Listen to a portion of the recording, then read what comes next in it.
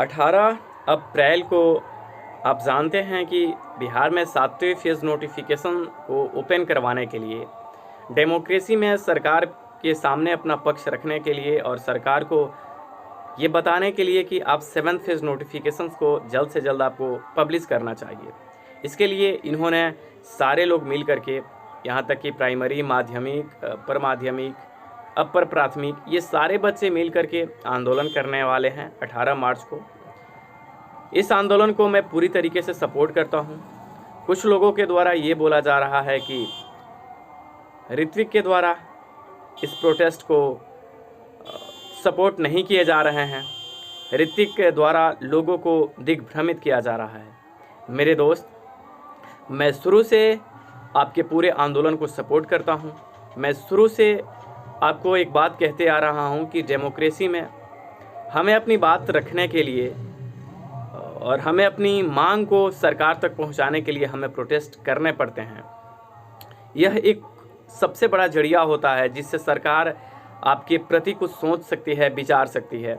Otherwise court या फिर दूसरा रिसोर्स आप अपनाओगे, चाहे आप किसी पॉलिटिकल पार्टी के पास जाते हो, किसी विधायक, किसी एमपी, तो इनके पास आप जाओगे तो वो भी दरअसल आपके सिस्टम के एक हिस्से हैं और वो दरअसल पॉलिटिकल पार्टी के हिस्से होते हैं, तो उनको आपके बातों से ज़्यादा फ़र्क नहीं पड़ता। आप चाहे उन्हें तमाम लेटर दे दो या कुछ भी करो, सही और जायज़ मांग के लिए आपको सरकार के अगेंस्ट रोड पे आने पड़ते हैं, आपको आवाज़ उठानी पड़ती है। लेकिन आपने देखा है कि विगत जब से 18 अप्रैल का डेट ये लोग प्रोटेस्ट के लिए रखे हैं, मेरे द्वारा कुछ नहीं बोला गया। इस पे इन लोगों का कहना है कि मैं किसी भी तरीके से प्रोटेस्ट का मैं सपोर्ट नहीं कर रहा हूं। तो मैं आपसे एक बात बता देना चाहता हूं कि हम कभी भी प्रोटेस्ट के अगेंस्ट नहीं थे। और जो लोग मुझे कहते हैं कि मैं लोगों को दिग्भ्रमित अभी कर रहा हूं, ये आपकी जो सोच है वो आपकी तथाकथित बातें हैं। ऐसी कोई बात नहीं है। मैं आपके प्रोटेस्ट को पूरी तरीके से सपोर्ट करता हूं और तमाम स्टेट के जो कैंडिडेट हैं उनसे मैं कहता हूं कि आप अपनी सोच समझ के तहत आप सोचो कि आपकी बहाली प्रोसेस है वो कैसे ओपन हो सकती है। ओपन करवाने के लिए आप क्या कर सकते हो, आपको इस बात पे विचार करनी चाहिए।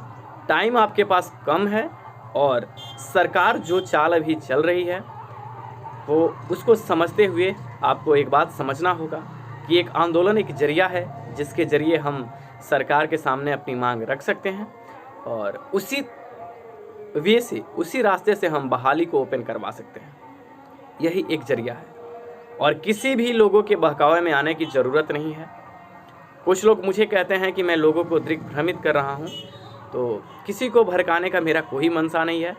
मैं वाकई में आपके आंदोलन को सपोर्ट करता हूं, दिल से सपोर्ट करता हूं। मेरी आपसे आग्रह यही है कि आप सभी जो लोग हैं सपोर्ट कीजिए, क्योंकि सरकार कभी भी क्लियर कट कुछ नहीं बता रही है कि आपके नोटिफिकेशंस को लेकर के कब तक वो नोटिफिकेशंस जारी करेगी, है ना, 7वें फेज़ बहाली को लेकर के। तो इसके लिए कहीं ना कहीं ये बात ज़रूरी है कि आप आगे आइए, अपने हक के लिए समझिए। हमें लोकतंत्र में अपने मांग को सरकार के सामने रखने का अधिकार है और वो हम रखेंगे। अच्छे तरीके से आप रखिए। सभी चाहते हैं स्टेट के तमाम मेरिट के कैंडिडेट, कुछ नॉट मेरिट के भी कैंडिडेट हैं जिनकी पॉसिबिलिटी बनती है बहाली में शामिल हो जाने का और शायद आगे के प्रोसेस में भी, तो उन सबका मनसा यही है कि जल्द से जल्द हम 7th फेज़ का नोटिफिकेशन निकलवाएं। समझ गए ना। और ये जो भी सारे लोग हैं, आप सबों से मैं यही कहना चाहता हूँ कि आप गलत सोचते हो ऋत्विक के बारे में। ऋत्विक कभी नहीं सोचता कि 7th फेज़ का नोटिफिकेशंस ना आए, या मैं कभी भी नहीं चाहता कि प्रोटेस्ट ना किए जाएं। मैं हर तरीके से आपके प्रोटेस्ट का सपोर्ट करता हूं और मेरी पूरी सहानुभूति आपके साथ है। आप अच्छे से प्रोटेस्ट करो, इसमें नो डाउट। हम हर तरीके से आपके साथ हैं। हाँ, लोगों को दिग्भ्रमित आप मत करो कि कुछ लोग आ रहे हैं सोशल मीडिया प्लेटफॉर्म पे और लोगों को ये कह रहे हैं कि आंदोलन के प्रति अगेंस्ट उकसा रहे हैं। प्लीज़ ऐसा बयान आप मत दिया करो। मैं जानता हूं कि आपका काम जो है वो सराहनीय है, आप गलत नहीं कर रहे हो। हाँ, मैं शुरू से एक चीज़ का बाइकआउट करते आ रहा हूं और वो है चंदाखोरी का, और वो मैं हमेशा करूंगा। जो चंदा में इन्वॉल्व होंगे मैं उन्हें डायरेक्ट बोलूँगा। प्रोटेस्ट में भी कोई चंदा की बात करता है, मैं उसके अगेंस्ट हूँ। और मैं ही क्यों करूँ दोस्त, आपने विगत कुछ दिनों में देख लिया है कि मैं कोई बात अगर उठा देता हूँ तो लोगों को बुरा लगता है और मेरे ऊपर ही ये लोग गलत तरीके से आरोप मुझ पे लगाते हैं और मुझे हर तरीके से बदनाम करने की कोशिश करते हैं। लेकिन अगर ऐसा होता है चंदा का खेल, तो आप भी इसके अगेंस्ट आवाज़ उठा सकते हैं, ये आपका भी दायित्व है, ये मेरा व्यक्तिगत मामला नहीं है। लेकिन अगर आप चंदा का सपोर्ट करते हैं, कुछ लोग कहेंगे कि आंदोलन में भी पैसे लगते हैं। मेरे भाई, आपके पास पैसे इनफ है, आपने पहले जो दे रखा है। फिर भी अगर लगता है कि पैसे कम हो रहे हैं, तो आप आंदोलन के दिन, जैसे कि 25 फ़रवरी को पैसे लिए गए थे, वहाँ आप कुछ कंट्रीब्यूट कर सकते हो और उसके बाद आप प्रोटेस्ट को अच्छे तरीके से डील कर सकते हो, हैंडल कर सकते हो। आप बहुत अच्छे हो, आप लोगों का कार्य बहुत सराहनीय है, आप अच्छे से सब काम कर रहे हो। आशा है कि आप लोग जो दिग्भ्रमित खुद हो रहे हो और लोगों के प्रति आपकी जो मानसिकता है, उस मानसिकता को आप शार्प करो, भरोसा रखो, सही तरीके से आगे बढ़ोगे तो मंजिल आपसे दूर नहीं है। सरकार आपके पूरी अगेंस्ट नहीं है, सरकार की कुछ पॉलिसियां हैं जिसके चलते आपकी बहाली प्रक्रिया को डिले किया जा रहा है। लेकिन मेरी सलाह अगर मानो तो मैं कह रहा हूं कि अगर आप सही डायरेक्शंस में आगे बढ़ोगे तो आप भरोसा रखो कि आपके नोटिफिकेशंस जो डिले होने की आसार जो अभी हमें दिखाई दे रही है, शायद वो ना दिखाई दे और जल्द से जल्द आपके सामने 7th फेज नोटिफिकेशंस के लिए कोई सूचना आ सकती है।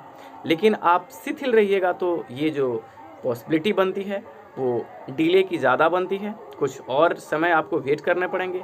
और तमाम जो लोग हैं, आप तो इतना जानते हैं कि कुछ लोगों का जो एज है वो एक्सपायर हो रहा है, कुछ लोगों की काफ़ी अलग अलग प्रॉब्लम है जो वो शायद हर किसी के साथ शेयर नहीं कर सकते।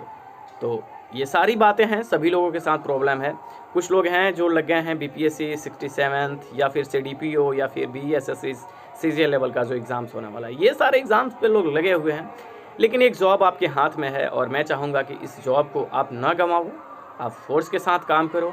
लेकिन हाँ, किसी भी सार्फ इंसान पे गलत टिप्पा टिप्पणी ना करो। आप ऐसा करके अच्छा नहीं कर सकते हो, आप अपने स्ट्रेंथ को ही वीक करोगे। किसी पे आप क्लेम लगा रहे हो गलत तरीके से, ये सर्वथा गलत है। इस तरीके का रवैया आप मत रखो।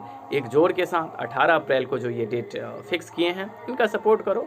ये अच्छा कदम है आपके लिए बहाली प्रोसेस ओपन करवाने के लिए। तो सभी लोगों से यही मैं कहूँगा कि आप अपनी सोच समझ बूझ के तहत आगे बढ़िए और सकारात्मक कदम बढ़ाइए, लोगों से बचिए। कुछ लोग बहुत ज़्यादा आपको डीमोटिवेट भी करते हैं, उनसे बचने की ज़रूरी है। और किसी पे प्रत्यारोपण मत कीजिए। अगर आप कुछ नहीं कर सकते तो कम से कम जो कर रहा है उसे मत रोकिए, है ना। आप दौड़ नहीं सकते तो जो दौड़ रहा है उसे मत रोकिए। आप चल नहीं सकते तो जो चल रहा है उसे मत रोकिए। रेंग भी नहीं सकते तो जो रेंग रहा है उसको मत रोकिए। आपके नज़र में चाहे वो जो कुछ भी हो, कम से कम आपके लिए 2 शब्द तो बोल रहा है ना, तो उसे ऐसा मत कीजिए। ऐसा करके आप किसी को वीक नहीं बनाते, आप उसे स्ट्रांग ही बनाते हैं। तो मेरा यही सलाह है। व्यक्तिगत तौर से कोई ऐसा ना सोचे कि मैं प्रोटेस्ट के अगेंस्ट हूँ, मैं आपके स्ट्रेंथ को तोड़ रहा हूँ। दरअसल आप सभी लोगों ने मिल करके मुझे तोड़ने का कोशिश किया है, बाकी कुछ नहीं है। लेकिन उससे मुझे फ़र्क नहीं पड़ता, ऋत्विक इतना वीक नहीं है, ये सब किसी को पता है। लेकिन फिर भी आप कुछ भी कहो, मैं आप लोगों के साथ हूँ, मैं आपके आंदोलन को सपोर्ट करता हूँ। जितना हो रहा है मुझसे मैं वो कर रहा हूँ। थैंक्स।